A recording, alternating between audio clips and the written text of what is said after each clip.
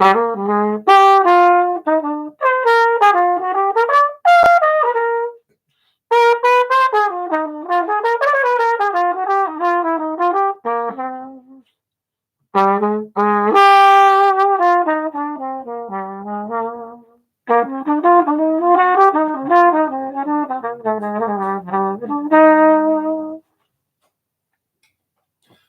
morning, everybody. All right, so first we're going to start off with some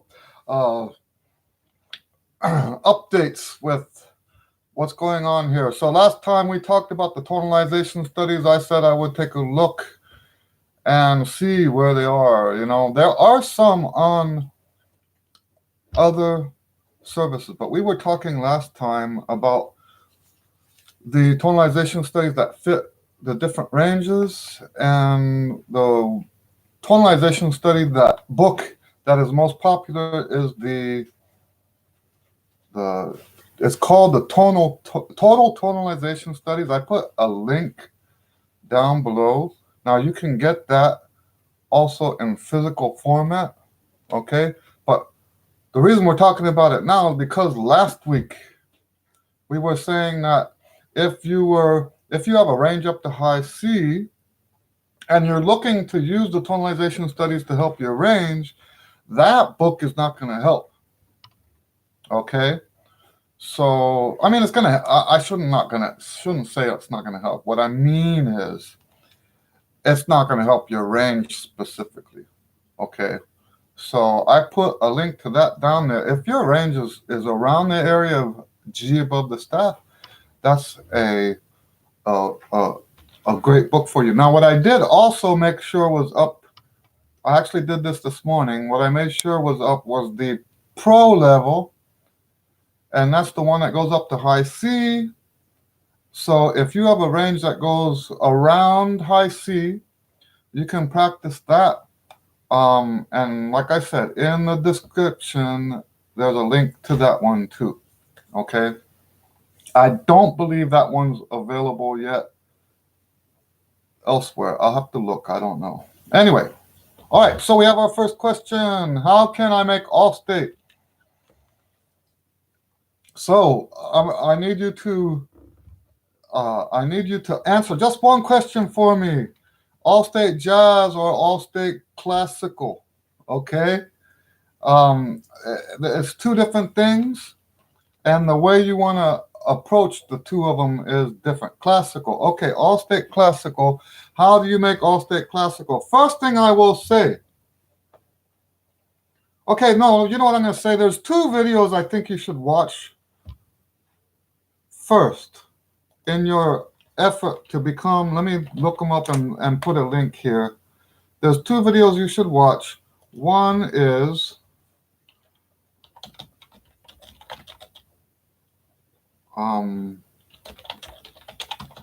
I put up a video about the TMEA process. Let me do a link to it real quick. Okay, I have to take the. I don't know why YouTube does that. It automatically puts a timestamp on it, and I don't want that. Okay, so I took the timestamp off. I'm going to put this. This one is about the TMEA process. Okay.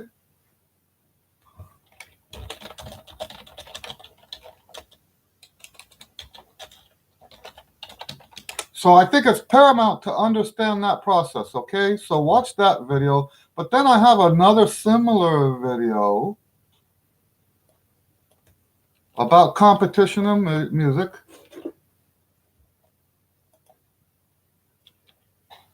And I'll put a link to that one too, okay?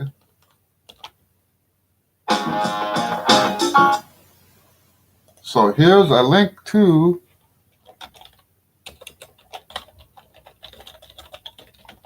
and the reason I want you to look at these is because The way you prepare for a competition of this nature, this is a different kind of competition.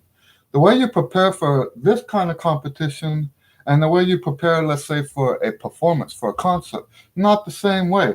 You would think, right, that just playing well is going to get you to win. That's not how it works, though. This is especially true if you're not a fantastic player. Like if you're like already playing at a graduate college level, maybe you could just go and do a good job and make all state. But if you're not that good yet, and you want to prepare in a way that will increase your odds, then there's certain things you have to do. And the most one thing you'll learn from watching those videos is that general stuff is more important than specific stuff. And that's not how we think when we go into it. We go into it thinking that if I miss this note or if I don't do this or do that right, then I'm not going to make it. When in reality, if you miss a note, chances are nobody's going to remember and it won't affect your score whatsoever. Even wrong rhythms, as long as it's not like wrong all the way through. But if you have like one wrong rhythm, nobody knows. Nobody's going to be able to do that. Okay. So another thing is, so let's look at what you should focus on. Number one, most important thing, and this is in my opinion, a lot of people will disagree. Most important thing is that you express yourself. Now that's what I think. There's people that disagree with me. They will say, and to me that's number two thing. So we're not that far off, right? The number two thing is, and everybody else calls it number one, is that you have to have a beautiful sound. Because that's the one most general thing that everybody's going to remember when you play. Okay, so the way these auditions are set up, the sound and expression. So to me, it's more. If you have like if you have a slightly not so good sound, but you're extremely expressive, I think you have a much better chance than if you had just a slightly good sound and not expressive. So in my book, expression is at the top of the list. Okay. So the process. Well, of course, you want to be able to play the music, right? But this year, the music is easier than ever. This is the easiest all-state music they've had. It's almost junior high level all-state music. And I'm not exaggerating. This year's all-state music is not much different from what some of the regions do for junior high region. I'm sorry to say that. I'm very disappointed this year because, it's not good for you guys when the music is that easy. It really isn't. And it's not good for the judges. It's not good for anybody. But I should just stop. I mean, what can we do about it, right? But you know what? What I was saying about the general stuff, that's even more true now that the music is so easy. If the music is this easy, more people are going to be playing the notes right. More people are going to be getting the rhythms right. Okay, so there's less stuff for them to sit and say, oh, well, this is a great player. There's less stuff there for them to do that with. So, yeah, it's like, so you have to have a beautiful sound. I think this year, more than ever, if you don't have a beautiful sound, you're probably not going to make All-State. It's that big of a deal. Okay? If you don't have a beautiful sound, you're probably not going to make All-State because the music is so easy. Okay? Next question. Do I offer lessons? Yes, sir, I offer lessons. And I do both Skype lessons. So right now I have I guess now it's only 2 Skype students right now, but we've had like a lot of Skype students. Okay. And you know what? The way the lessons work, it's kind of hard for me. Someone says, how many students do you have? Well, my lessons are set up in a way where I actually encourage you to buy however number lessons you want. Like maybe you bought 4 lessons. If you buy 4 lessons and then um, do what we did in those lessons and wait for a while to come back again. So I have students that'll take like 1 lesson a year. So if you ask me, how many students do I have? Am I going to say that student that comes once a year, is he still my student? Right? You see what I'm saying? So it's kind of hard for me to say how many students I have. So if you're interested in taking lessons, it's probably a better question to say, not that you asked this question, I'm just saying, you know, but if you're interested in lessons, the biggest question would be, do I have any open spots? And at this time, yes, there are some open spots. Okay. Next question. I want to make All-State Jazz this year since I made classical last year, but I just need help with articulations. Okay. So jazz articulations. Here's the problem with classical and jazz. You know, in some regards, classical and jazz are like oil and water. If you've ever heard that term before, when you mix oil and water, it beads up. That the two don't like each other. So when it comes to articulation for jazz, the biggest problem we have with people that cross over from classical, and I think this is partly because of the way classical students are being taught today. I don't actually like it. But they're taught this. This is important, and I've talked about this on the question and answers before. They're taught to accent with their tongue, and that's a problem because if you accent with your tongue instead of from the abdomen, you end up playing Ricky Tick. Because in order to get the upbeats to accent, and if you didn't know that, yes, the upbeats all accent. So if I'm playing a C major scale,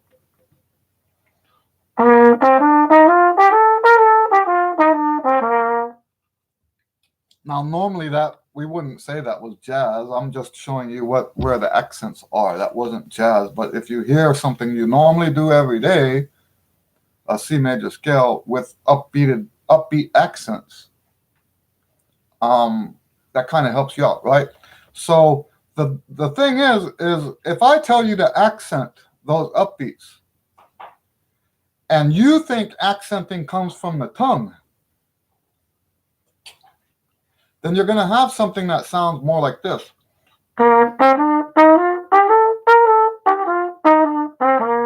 Okay? And it puts a gap between the note, the downbeat, and the upbeat. And there's a style that we call Ricky Tick. I actually do this professionally sometimes, depending on the gig that I play. You know, when you're performing, you have to know the context. What is the stylistic context, right? So there's tunes that we play, and I'm just going to improvise this.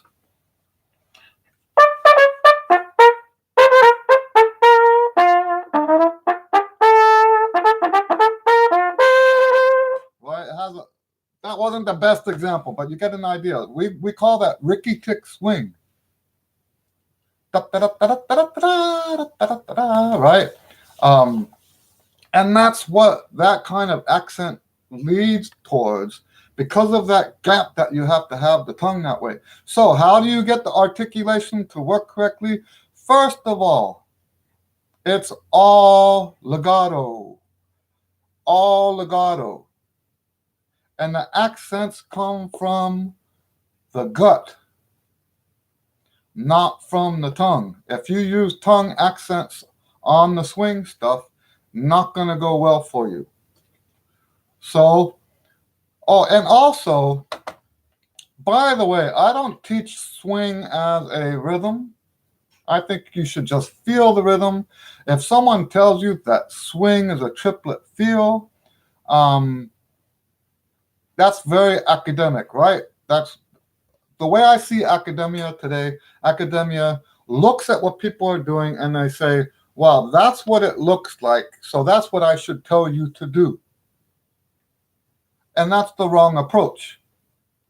The correct approach is to say, this is what produces that result. Okay? And the truth is, it's not triplets anyway. Sometimes it might be if you're playing like, I don't know, Glenn Miller stuff or whatever. It might be kind of triplety, but the modern jazz stuff is not really triplets. Okay? So you're really messing up if you think triplets. Instead, you want to, and this is a general rule, there are times, contexts when this rule gets broken. You want to slur upbeats to the downbeats. Okay? So that's the first thing you want to practice, right?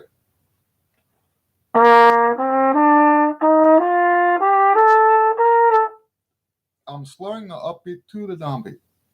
Then you just put a burst of air on the upbeat. That's your accent. You're still going to keep legato tongue.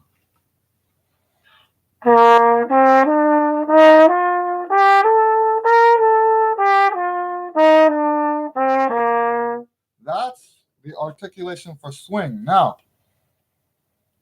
that's what we want most of the time in jazz. If you're playing a Latin thing, the Latin stuff is a lot closer to the classical stuff. So you're probably not going to have as much issue on the Latin stuff. Okay? But on now this year's Latin one has a swing section, so you can't get away with it. You know, if you're horrible at swing, you're going to be horrible at all three etudes now. Okay? So anyway, and by the way, I do consider the swing feel to be more of an articulation thing. And I know that I just said that, but there's a different way of saying it. Okay. I hope that helps your question. I hope that answers your question. So that's the biggest thing, I would say. All right, next question. What are some things that we can do to develop a beautiful sound? And what do you think about whisper tones? Okay. And good morning, Sam. Sam is one of my students. So I like it when my students come on here. It's nice to see them in person and on the Q&A. So welcome. Things to develop sound. I'm a little bit different when it comes to that, because I know that most people, and once again, this goes back to that academic thing, and I'm not anti-academic. If I had not gone through all that academic training that I did go through, I wouldn't have the knowledge and wisdom I have today. So I'm not putting down academia, but there are some things that I believe they're teaching incorrectly. And it's all based on this idea that I just shared with you. The academics look at superficially what is the result, and then they'll tell you, do that result. Okay, and the sound is the same thing. So what they'll do is what I've seen other teachers teach is they'll do what will superficially give you a good sound. And I don't even want my students in that neighborhood. I don't want them to do anything like that. And the reason why is because if you do that, if you do the tricks, the shortcuts that they have to help you get a good sound, it may actually set up an environment in your life where you never actually take ownership of a good sound. Okay? If you use their tricks to get a good sound mechanically, you may never actually have a genuine, beautiful sound that applies to all contexts. Okay, so I'm very much opposed to the way it's being taught today. I believe here's how you develop a sound. Number one is listen to the trumpet players who have that sound. the sound that you're trying to perfect, that's the sound you want to listen to. And I've shared this before on my website. Now, actually, a couple weeks ago, I created a little box on my website that has a link to this, but I'm going to show you right now the direct link to a page for people who want to listen to music that has a beautiful sound. Here you go.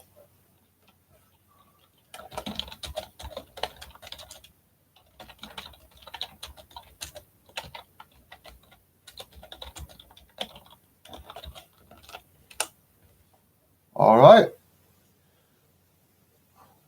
That link will take you to a page on my website that has a list all the way down the page. It's a long list of famous classical trumpet soloists.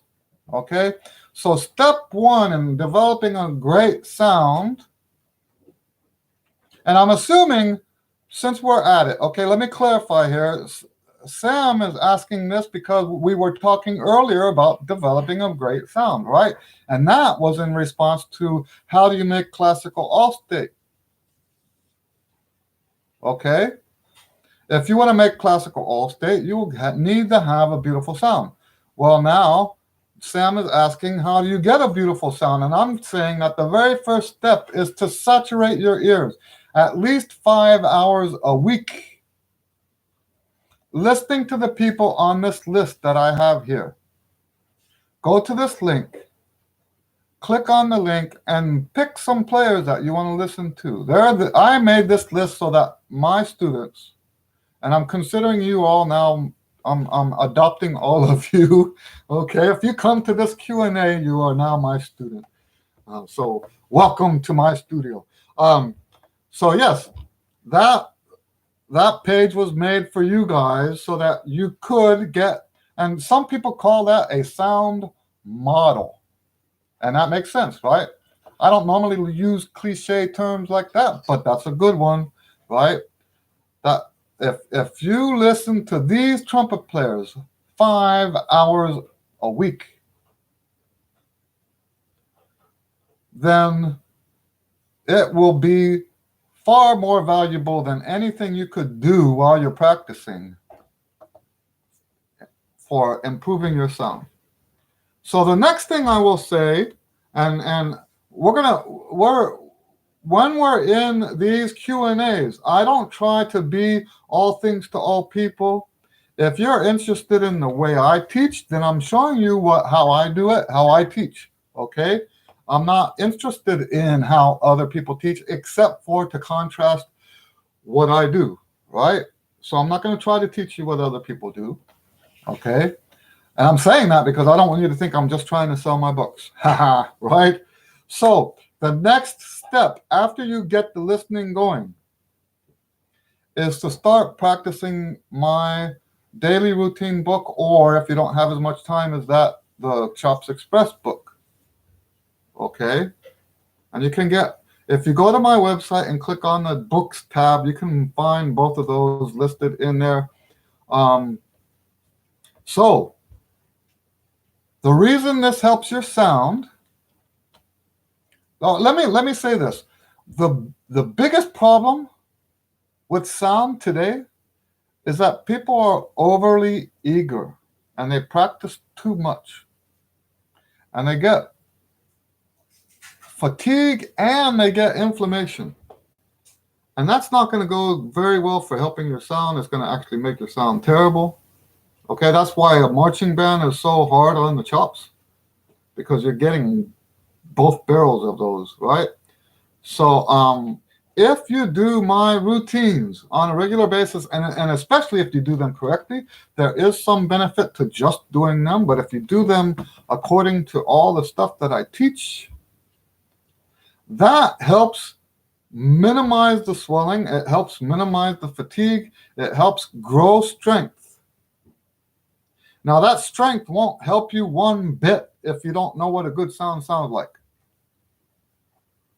So that first part is more important than the routine. Get that sound in your ears. At least 5 hours of listening a day. I mean, a week. I hope I didn't say a day earlier. So then make sure that you're doing this routine, one of these routines, depending on where you're at in the skill level, right? So that's the thing about my books, is they're for all skill levels, and you have to know that. You have to know how to make that work. So yeah, what am I saying? So we talked about listening. We talked about the exercises, the routines. The next thing I would say is that when you're actually practicing music, and that's the other thing I think you should do, at least 50% of your time should be spent practicing music, not exercises, okay? While you're practicing the music, you should hold yourself to the highest sound standard as possible, okay? And this is something that's a little bit of a tricky thing to talk about, because I do not mean for you to be emotional about that. No emotion, okay? So if you get a bad sound, don't be hitting yourself on the leg. Oh, that hurt. Don't hit yourself on the leg. Don't stomp your feet. Don't grunt. Don't hit the stand. No emotional outbursts. It's just business, okay? You just say to yourself, after you finish what you're doing, you say to yourself, that wasn't good enough. Let me try that again. I need to make it a better sound. Okay? Nothing emotional. Okay? And I think we've talked about that in earlier Q&As before. Okay? So, second part of Sam's question is, what do I think about whisper tones? I think whisper tones are lovely. I don't think they should be part of the routine, but I do whisper tones every once in a while. I enjoy them. I think they're mind opening. When you do anything that pushes you physically to an extreme, and that's what whispering tones do, right? Whispering tones push you to an extreme. So to get a sound out, that's that quiet. And you don't even have to like register something consciously. It doesn't have to be a conscious thought. Oh, look at this, look at what happened. It can be conscious, but most of the benefit is subconscious. So when you get that whisper tone, when you finally get it to work, because most people, when they try to do whisper tones, it comes out like this.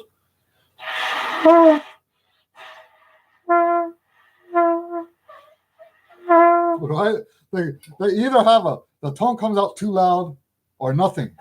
Too loud or nothing. When you can finally get it to make it just perfect whisper tone, right? There's all kinds of stuff that goes on in your subconscious mind saying, wow, you get on this like revelation kick, right? It's like things start popping in your mind like, wow, this makes sense now, and that makes sense. And, but I believe most of that's subconscious though. All right. I hope that answered your question. Next question from Samuel. How do you articulate fast swing? Like the first etude. You slur more. Okay. There should be more slurs. Now, maybe you don't know this because we just said that you are trying to go from classical to jazz. We don't tongue all those notes. In jazz, the articulation in jazz is interpretive. Articulation is interpretive. So you slur and tongue where you like. So I don't remember the etude. So what I just did, I did the first two notes were slurred, then the next four notes were slurred. You see that? Okay? The faster you go, now it doesn't have to be that way, but I think that most people do it that way. There is this other thing that you can do, doodle tonguing. I don't actually doodle tongue a lot, and that was doodle tonguing. Doodle tonguing is sort of like a very, very, and I say sort of, okay? Um, I hate for someone to come back and criticize me for this. I'm drawing a comparison, okay? Doodle tonguing is sort of like a very, very, very legato, almost portamento double tongue. And some people, the way they teach uh, that is to go doogle doogle, like uh, doodle doodle doodle. Yeah, you just say the word doodle doodle doodle doodle doodle, right? It gets that weird thing going on in your mouth. I don't use it much because that's not the sound I have in my head. I don't particularly, I don't want to say that. Well, a lot of people misunderstand things I say, and let's take, for example, Maynard Ferguson, right? I love to listen to Maynard Ferguson's music. I love it. Would I ever want to play like that? Not really, no. Okay. Sometimes I have to, and that's what I get paid for, so I do it. Okay. But when I say I don't like something, I'm not saying that I don't like that player or I don't like that style. A lot of times I can listen to stuff that I don't like to do myself. Okay. And doodle tongue falls in that category. Um, I don't. I enjoy listening to Clark Terry play. I love Clark Terry's playing. Do I want to play like that? No, I don't. Okay, I hope that makes sense. So anyway, that is an alternative to what I'm talking about. For most of the people I know, however, the faster the music gets, the less often we articulate. So you're going to have more slurs. Now, one word of caution, if you are going to have longer slurred sections, the places where you do tongue need to be on the upbeat, not on the downbeat. Okay? The places where you do tongue, you need the tongue on the upbeat. All right. Next question. How would you practice the state studies to make state? Now, I have a 7-stage process that I use with my students. And I use it myself too. I haven't had to prepare anything major like that in a long time. So when I say I've used it, I wish I could say that I'm playing concertos all the time or whatever.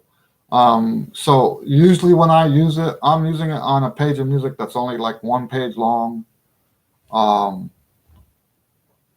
remember the first time I did it, I was, when I do my recordings on here, I do complete takes for the most part. There have been some exceptions, but for the most part, what I do on these recordings is complete takes.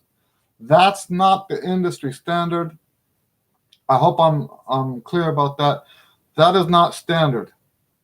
If I get a take I don't like, I just redo it over again. Okay? So if it's got too many mistakes, too many cracked notes, I just won't keep that take. But here's the thing, and maybe I do this just for my own sake. Let's say I totally crashed a take when I'm recording, and I know I'm on a tangent, sorry about that. If I totally crash, I still finish that take. Even though I know that I'm not going to use it, I still make myself finish it. And I don't remember why I started doing that. I think what it does is it makes the whole thing feel more real. I hope that makes sense. And it also is a whole bunch more challenging to do it that way. Okay. So anyway, the reason I'm saying that is because we're talking about this process. Okay. So let me tell you about this process. Um, I'm not going to give you all of it because really that's for my students. Until I write the book, this is for my students, right? Now, the first step in that 7-stage process, the first stage is to study the music. And this is probably, in some regards, the most important step. Because if you study the music correctly, you won't make mistakes when you do the other steps. And here's the thing, the way mistakes work, and maybe maybe I exaggerate too much. You could say that. I could imagine. I had someone on a social media platform a few days ago told me that I was extreme. Right? Why? Because I said that I said what I thought was right. Okay? So maybe someone will say what I'm saying now is extreme. But when you look at where it is you're trying to go, you want to be all state. We're not talking about just making junior high all region. Okay? We're not talking about making junior high all region.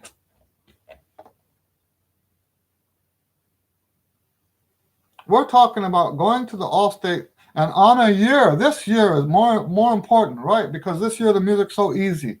So it's paramount that you go into this audition and you nail it. So we're talking in that context. We're talking in the context of going in there and being excellent enough to make all state. That's not some small feat. Okay? So maybe some people will accuse me of being extreme when I say what I'm going to say. Okay? But I believe, so I'm getting to the point now, I believe that you should make no mistakes when you practice. This idea that we have that we should go ahead and make mistakes and we'll fix them later, it doesn't work like that. Mistakes stick around. Mistakes will haunt you for the rest of the time you're playing that music. So it's paramount that you get the mistakes taken care of now. I mean, what I mean by that is to not make any mistakes, even from the very beginning. If you want to make all state, you can't afford to make mistakes at the beginning. Not even at the beginning. It's not like a piece of art where you can go over now and like fix something. Because what are you fixing? This is going on in your mind. Okay? This is something that's going on in your mind. And if you allow mistakes, then what's going to keep you from allowing mistakes later?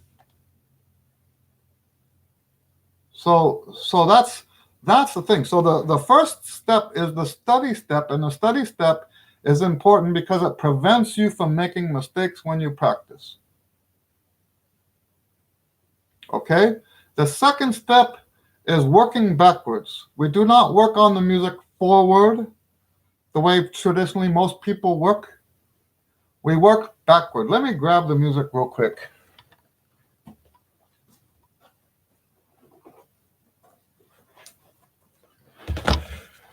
So, let's look at the third classical etude. And by the way, this works for jazz and classical both. Let's say I just finished stage one. Now, stage one also includes listening to the music, right? That's why I put the etudes up on YouTube with me playing them, is so that you, my students, can listen to the etudes. And I tell my students to listen to them 20 times. We want 10 times without looking at the music, and then 10 times while you're looking at the music. And while you're looking at the music, I do not allow them to finger the notes. Because how do I know they're going to be fingering correctly, right? We don't want to get mistakes practiced into the music at this stage, okay? So after I've done that, I'm going to go to the third etude and I'm going to play the last measure. I'm going to do that 10 times without mistakes. 10 times without mistakes, just the last measure. Now, between each one of those 10 times, I have my students sing and finger so that they get the horn off of their chops. If you do this off the chops thing, you can practice like indefinitely all day. Okay?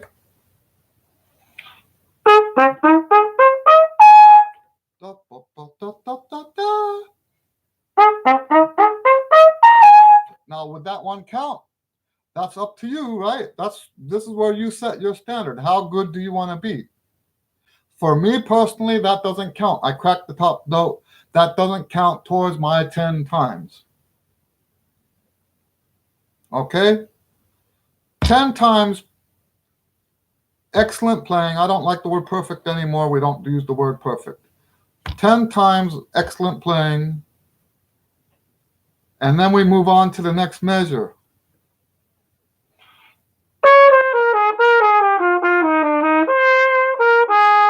Okay? We do that 10 times. Okay? 10 times on that. Then we put the two of them together.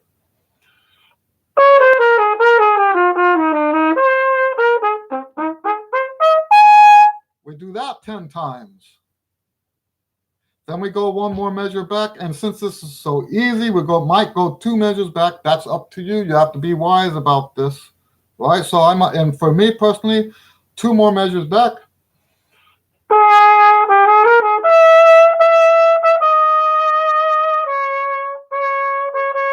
And I will do that 10 times. Then I would do the whole line 10 times. And you do that back and forth like that until you get to the beginning. That's the second step. And you know what? Second step, if you're following all the stuff that I teach, the second step will almost always get you into all region. The level of competition to get into state is entirely different from getting into region.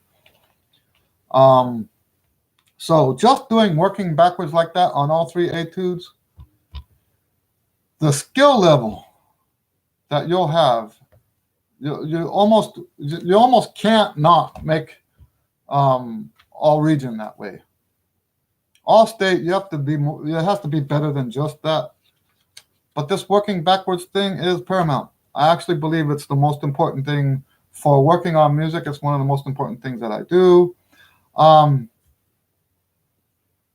I'm not going to teach you all of these stages right now. I do have, I hope, a book coming out, but it won't be this year. If you want more of that, you can take a lesson. Okay, and I'm not like that. I don't just say stuff like that just to sell stuff. I'm not a salesperson. But it's not fair to the students that I have, right? The ones that are paying money. I can't give them all the stuff I give for free. I hope that makes sense. It's just not right. Okay. So it's not that I'm trying to sell anything. It's just that I'm trying to make sure that I don't diminish the value of the lessons that the people are paying for. All right. So moving on. What's the next question? So that was the question. How do you practice the etudes? And that's what I recommend. Study first, then do the working backwards. There's other stages besides that, 5 other stages, but that's the majority of it right there. Okay, and since the etudes are so easy this year, that might actually be enough if you do all the other stuff I'm saying. Okay, next. Can I do a counting video? I guess I could do that. Last year, someone specifically asked for that, and I did that. The difference this year is I don't have as much time. That's why I'm doing these Q&As, right? it's easier for me to do this than it is to sit down and make special videos to answer people's questions. I hope that makes sense. So I will try. I can't promise how long it would take, okay? Accounting, because accounting videos take a little bit more time because I have to actually like scan stuff and write the counts. Someone called them last year, can you do the counts? I was like, what in the world is that? Can you do the counts? Oh, okay. Well, I asked her and she said, when you count the, the 1 and the 2 and the stuff. Those are actually very good videos, if you think about it, because you get that rhythmic thing going. It's just a lot more difficult than making the A2 videos. Now, can you give more explanation on how to do improv? Okay, improvisation.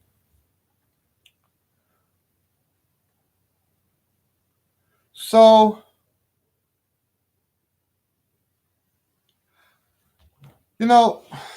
that's a hard question, right? Because each student that comes in has different strengths and weaknesses. And here's part of the problem with just giving you a straight answer is that different students come in with different skills already. Okay, so there are some students that have like this thing over here. They're like really, really good at that, and we don't have to work on that. And then students over here, they're really, really good at that, and we don't have to work on that. So I can tell you in general what we do in the lessons. The way, let me say this first. The way that I teach jazz improv is very much like the way I teach trumpet. Okay, because when I'm teaching trumpet, and it's amazing, right? I just told this story twice now. I was on a gig one time, and someone heard that I was a chop doctor. Okay, I'm not sure how I feel about that, because you know what? I think what that means is actually something that I'm not. And I think that's what this guy, that thing that I'm not, is what this guy was looking for. So he heard that I was a chop doctor, and we were on a gig together. And on the break, he approaches me and he says, I heard that you're real good with helping people with their chops. Can you help me out? And I said, tell me what his issue is. And I started telling him, well, when you're practicing, I think you should do this, and I think you should do this. And when you're doing this part of your practice, you should do that. And this guy was getting like this more and more blank look on his face, like what I was saying was totally irrelevant to what he was asking. And so I got this like notion. I asked him, I said, you do practice, don't you? And he was like, oh no, I haven't practiced since college. And I'm like, I can't help you. I'm sorry, I'm not one of those guys. I'm not one of those guys that'll look at your embouchure and say, do you know what? You need to do this with your lips, and you need to do that with your jaw, and do this. And, I can do some of that. And okay, I said that wrong. It's not that I can't do that. And there's times when that is appropriate.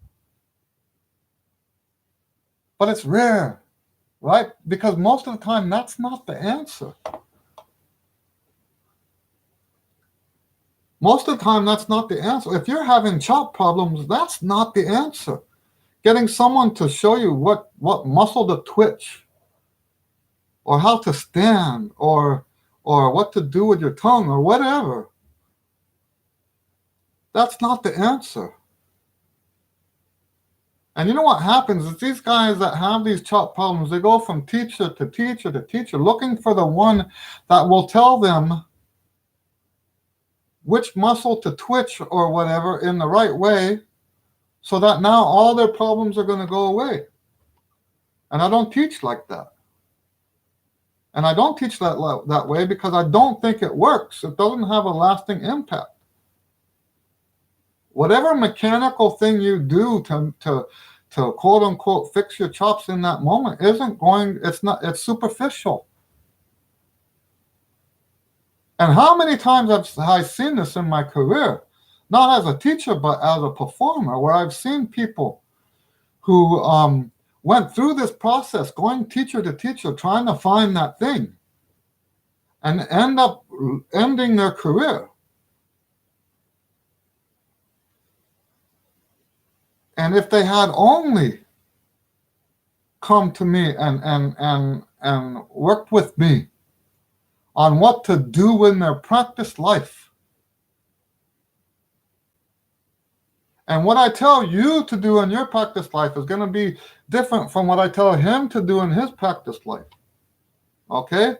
And I teach jazz improv exactly the same way. First of all, the number one thing when I teach jazz improv, the number one thing is I acknowledge the musical value of that student where he is right now. I acknowledge what improvisational value they have right now. I have an analogy for this. The way a lot of people want to teach, okay? They look at the tree. Now, let's say you're a tree, right? You're being represented by a tree, and this tree is growing, and it's got branches and leaves and stuff. And the teacher comes up to you and says, "Wait, you're not doing this, this, and that. Let me cut you out of the ground. Let me chop you down and put you in the ground over here."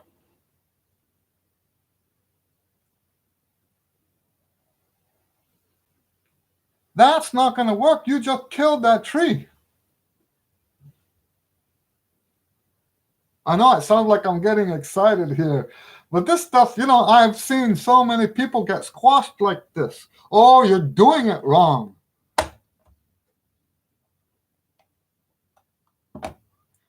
You're doing it wrong. You're not doing it wrong. There's no wrong in jazz improv. There's nothing wrong in the way you're doing it. Maybe you haven't grown that far yet, but you're not wrong. So yes, that's the first thing I do, is I acknowledge that student right then and there has musical value, musical worth. And we grow out of who that person is already, musically speaking. We grow that person out of that. And you know what? When you approach jazz improvisation, or music in general for that matter, but we're talking about jazz improv right now, when you approach jazz improvisation that way, when you're growing someone's musical worth from where they are, now what kind of difference does it make what scale you play? That's almost stupid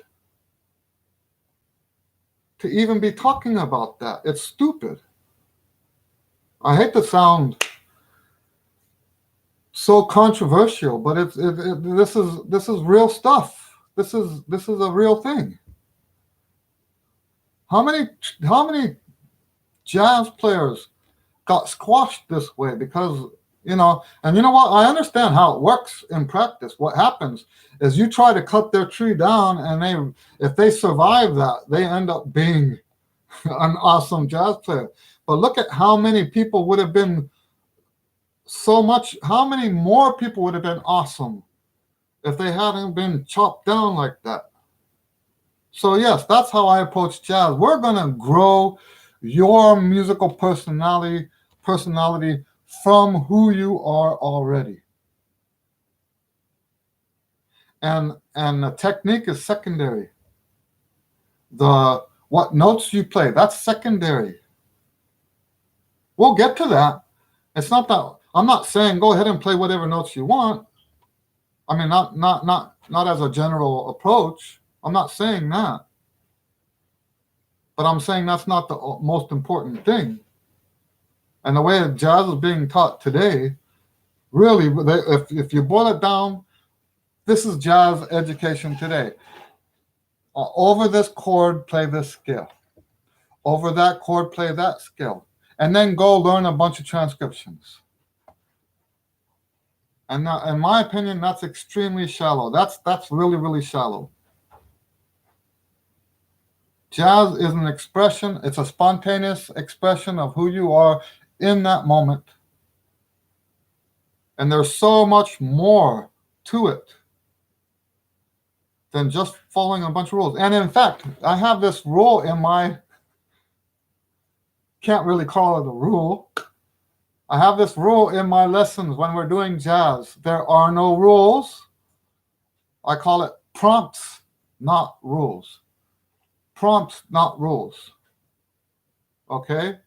They're not rules. If I tell you, okay, let's do this on this chorus, that's not a rule. I'm not saying that if you fall short of that mark, we're not saying you did it wrong. We're saying, so the whole point of me telling you stuff in the lessons is to foster creativity. So the stuff that I teach that might sound like rules is actually prompts to get you to be more creative. And I see this every time because people, the way music education is today, it's all about critique. And that's a shame. That's a travesty. Really, it's a travesty because what you've created is a bunch of students, music students, that can't stop being critical of themselves. They can't stop. There is a time for that, but if you can't turn it off, you'll never be a great performer. I know I'm on a rant. Sorry about that. But I believe this. There is a time for critique. That's in the practice time, and it comes after you play, not while you're playing. You have to learn how to turn that off when you're playing. Otherwise, it squashes your creativity. Right? But there's times, I see it in the beginning students, right? When I first come in and I say, okay, do this on this, we'll put on Band in the Box and have them improvise over a tune, and I'll say, do this over the tune, and they'll do something that falls outside of that, and they'll stamp their foot, and they'll shake their head, and more importantly, they'll stop the phrase and start sounding unmusical because they made, quote unquote, a mistake. And then I have to stop them right there and explain what I just explained to you. That it's not rules. What I gave them was not a rule. What I gave them was something to kind of prod them in a different direction with their creative thought. Okay? So I know that's an extremely vague and overly generalized answer to your question, but I treat each individual as an individual, and I don't have a set curriculum for learning jazz. I hope that makes sense. I can't give you an answer that says, okay, do this, this, and that, and then I do have things that I'll do, but it depends on the question that's asked, right? Can you give more explanation on how to do improv? That's so you get a really vague general answer when you ask a very vague general question. Anyway, let me move on to the next. I hope that answered your question. Ian asks, how do you recommend learning to double tongue? Very slowly, okay? Whatever it is that you're working on, do it slow. And I also recommend doing in increments. The Arbin book is good for this. Yeah, let me get my Arbin book real quick. I don't know let me see what time it is. I have to, oh, it's good. We're good on time.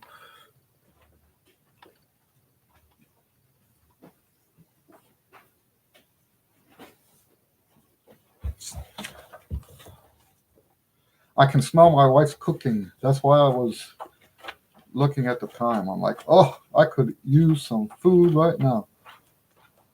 All right, so I'm looking at the organ. Here's triple tongue.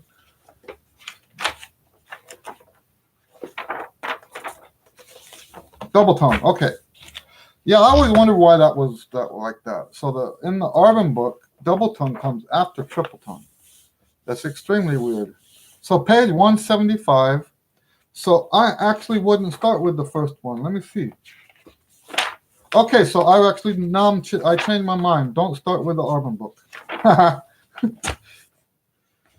Don't start with the Arvin book. If you do this rhythm first, right? And I like to use the note F, and it's nice he's got the first note as F too.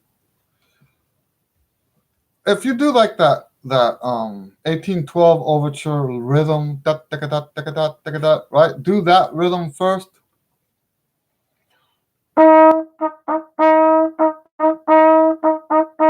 So see how slow I'm playing that? I'm going ta ta ka ta ta ka ta ta ka ta, right? If you can do that, let's say do 4 of those up and down the scale.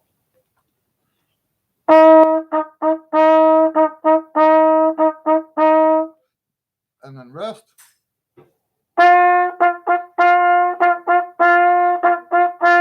And then rest.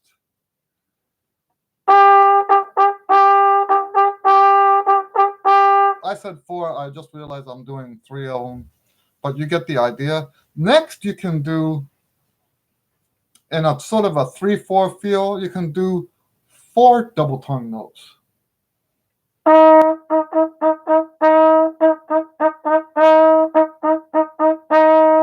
Once again, it's still slow. Do that up and down the scale. Then do 3 sets.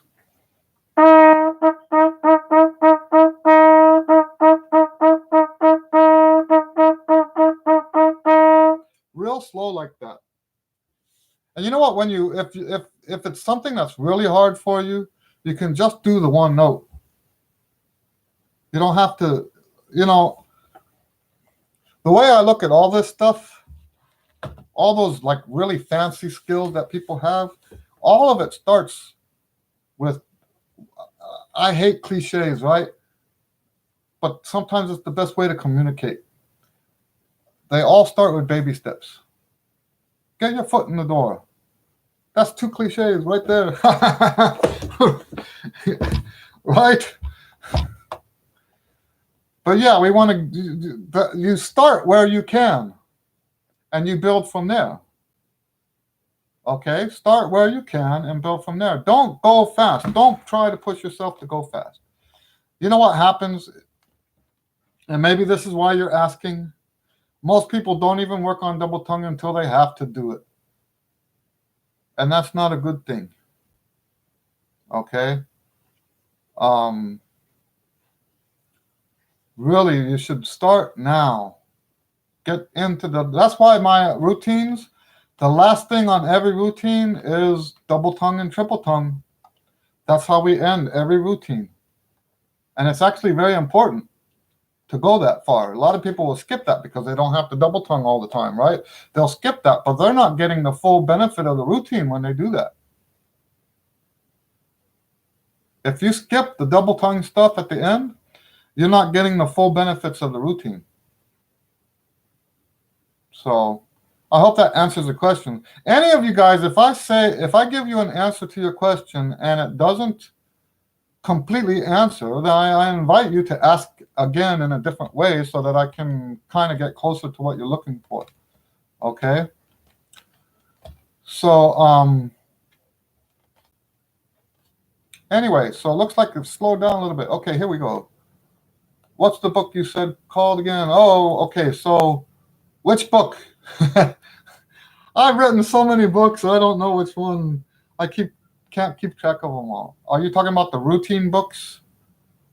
I have 2 routine books, and actually 3 if you include the Trumpet Chops book. So if you're talking about the routine books, They are called, so there's Chops Express is a routine book, and that book is for students, okay, to help you with double tongue. So, the daily routines has a lot more double tongue stuff in it than the Chops Express does. The difference between daily routines and Chops Express is that daily routines is for people who practice longer. So if you don't practice at least 2 hours a day, then you need to get the Chops Express book. If you practice 2 hours or day, 2 hours or more per day, then it's more appropriate for, and it doesn't have to be every day. That's not what I mean. So on days that you practice 2 hours or more, the daily routine book is more appropriate. For if you practice on a certain day 2 hours or less, less than 2 hours, then the Chops Express book is more appropriate. Now, if you go to my website and go to the books page, let me put a link. All of my books, I shouldn't say all. There are some books that are not listed there.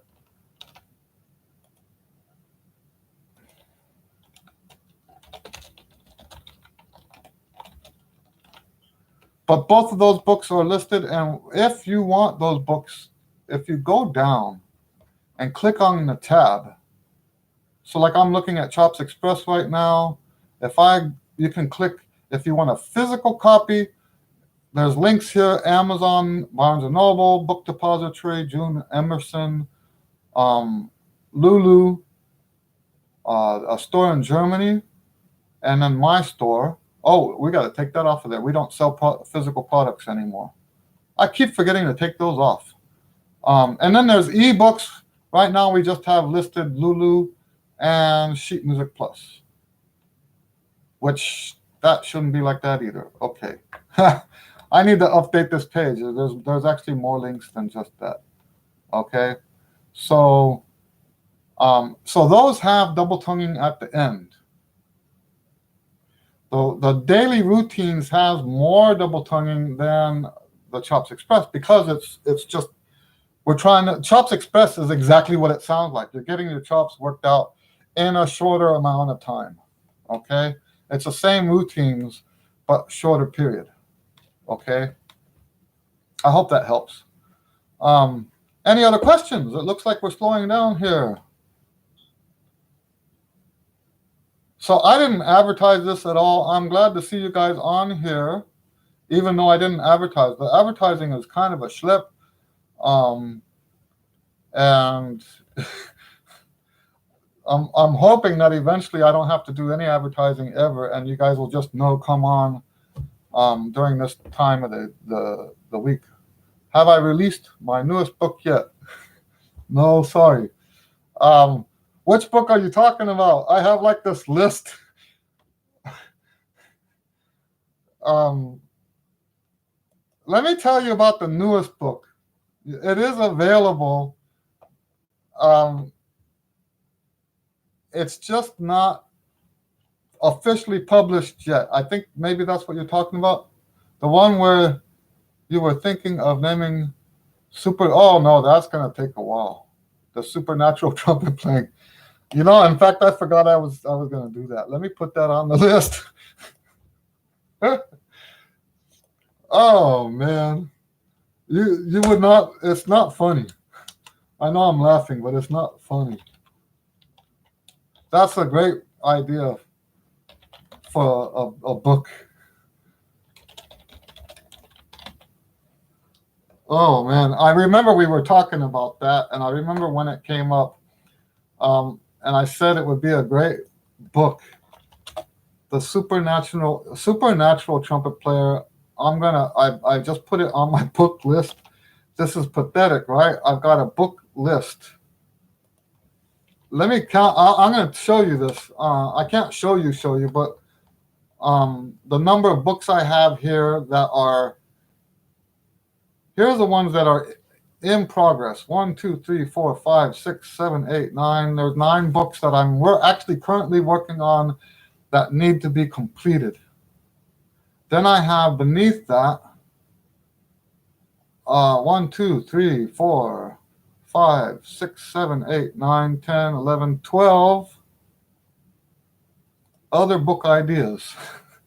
So, and that's what I've been telling you guys each week.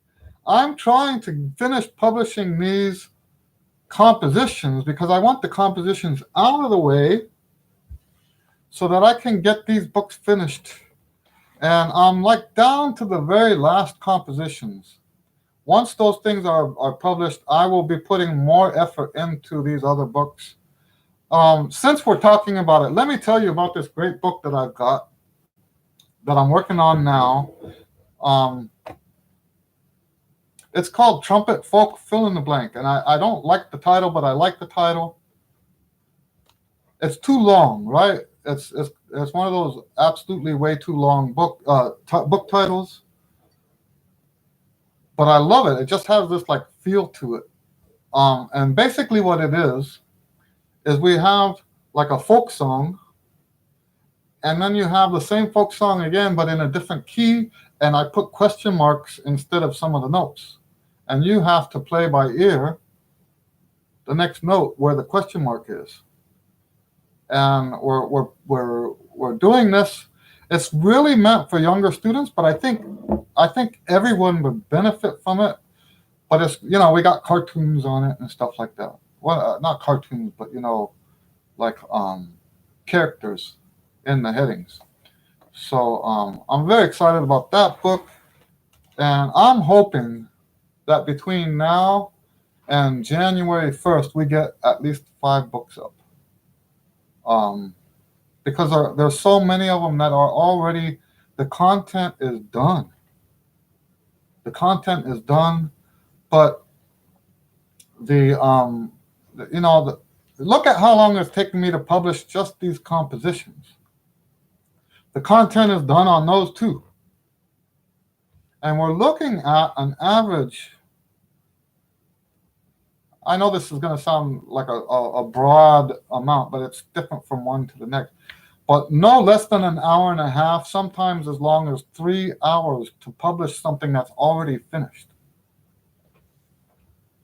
And if I have a lot of students or a lot of gigs that week, then that's just not going to happen, right? So all of this really comes down to how busy I am.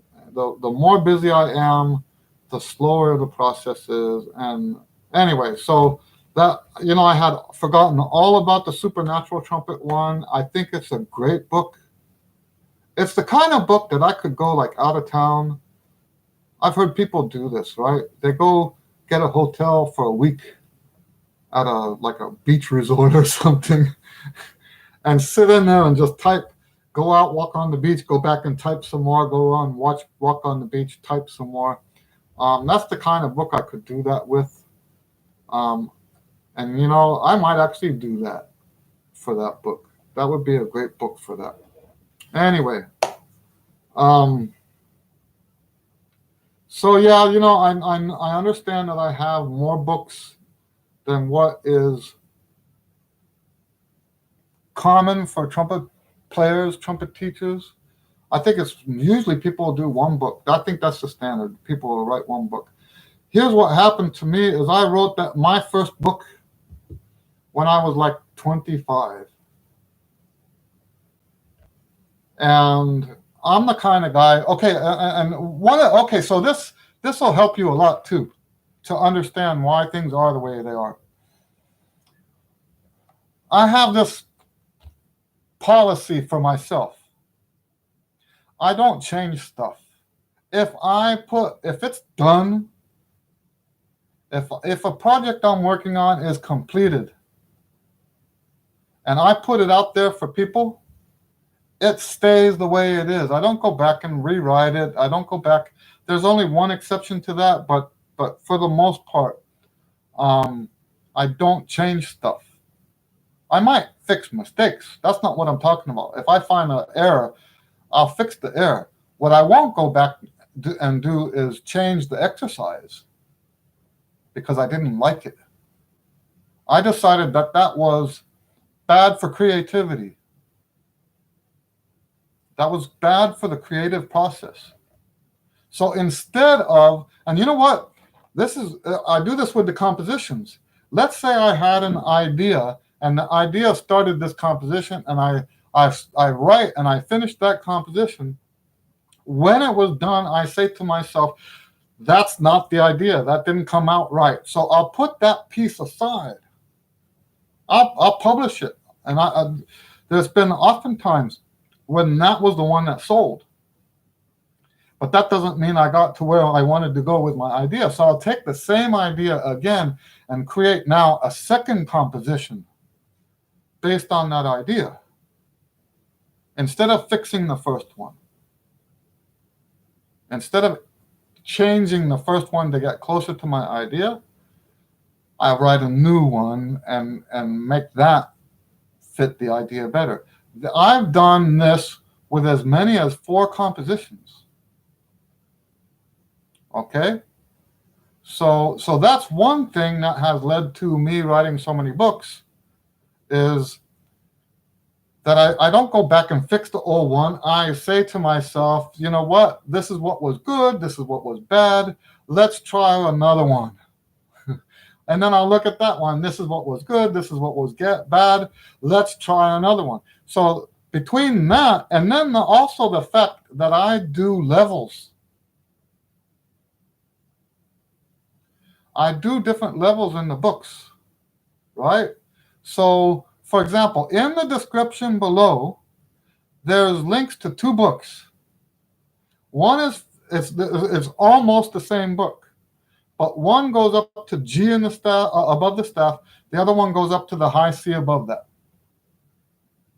So that's 2 different books. It's a similar purpose. Different students should be, one student should be buying this, the other student should be buying that. Actually, the way it should work is as you go higher, you buy all the ones that are underneath, and you because we don't do the same one every day. Okay, but that's a long discussion. I won't go into that right now. But yeah, that's why I have so many books. And I know that's not what you asked, but it's not uncommon for me. Every time I finish one book, 2 more ideas pop up. And since this is part of what I do, and you know what else? Here's another thing, is if the books weren't working, I probably wouldn't be making them. I probably wouldn't be writing the books if nobody was using them and nobody was getting anything out of them. I wouldn't be doing this. Every day I hear from people who are telling me, yes, this is working, this is great. It's like, it's a very important, it's touched so many people's lives and here's the thing, a lot of the stuff that's in the books can be applied to other areas of your life. That's the amazing thing. I mean, I'm not saying my stuff is amazing. I'm saying what's amazing to me because I didn't plan that. That's not how I planned it. That's why I say it's amazing. I'm not saying I'm amazing. I'm saying because nobody should say that about themselves, right? I have a theory, and I know I'm on another tangent. I have a theory that the people who talk that way about themselves do that because nobody says anything nice about them, right? And the more you talk bad about those people, the more compelled they are to talk that way about themselves. They'll say that I'm an amazing player, right? Who says they're an amazing player is the ones that have those issues. They don't feel valued. So yeah, so anyway, I'm not that. I don't ever talk that way about myself. That's for other people to say. And if they don't say it, I don't have a problem with that either. Right? Any other questions?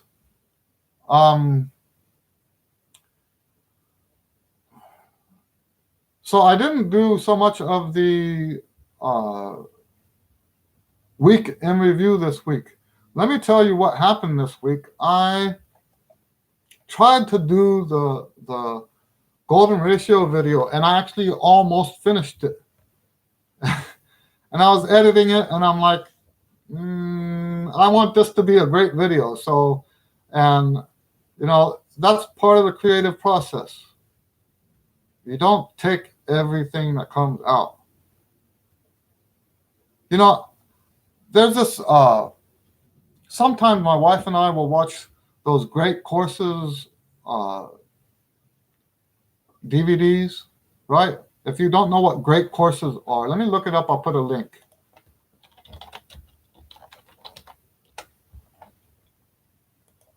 I'll put a link here so that you can see.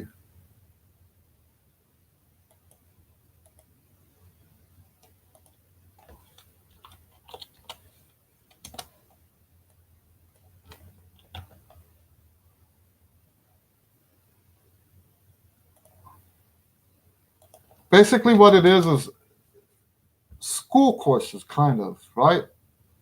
College courses, maybe. But basically, they're educational lectures. And there's a lecture that they have about creativity. And that's one of the biggest points that they made. Everyone thinks that someone that has, what do you call that? Masterpiece. Everyone that's ever created a masterpiece just started that way, right? And the truth is, every masterpiece comes with as many as hundreds of mediocre failure stuff, okay? So that's what the process is for me with the videos. The number of videos that I have not posted because they didn't meet my standards is greater than the number of videos that I've posted. I think at the moment, let me look here. I have, it looks like about, I think over 500 videos on YouTube right now. Okay. I've made over 1,000 videos since I've done this. Over half of them didn't get posted. Now, it's kind of dangerous to say that, right? Because then other people will look and say, is that the standard that you're... Because there's certain things, like I'm looking and I see my hair like out here like this on some of the videos, right? It's time for me to get a haircut, right? And people will say, well, I don't think I would have posted that one. But, I don't care about stuff like that. That's not what I mean by up to my standards. I'm talking about the content of the video, okay? Anyway, if there's not any more questions, I'm going to have to stop. I'll give you guys a couple seconds to ask another question. Otherwise, I will tell you goodbye for another week. It was great hanging out with you guys again. I'm glad that you guys are coming out without me having to advertise, because that is a bit of a schlep. All right. Okay, well, good. Thank you. God bless you guys. And we will see you on the next video. Thank you. Bye.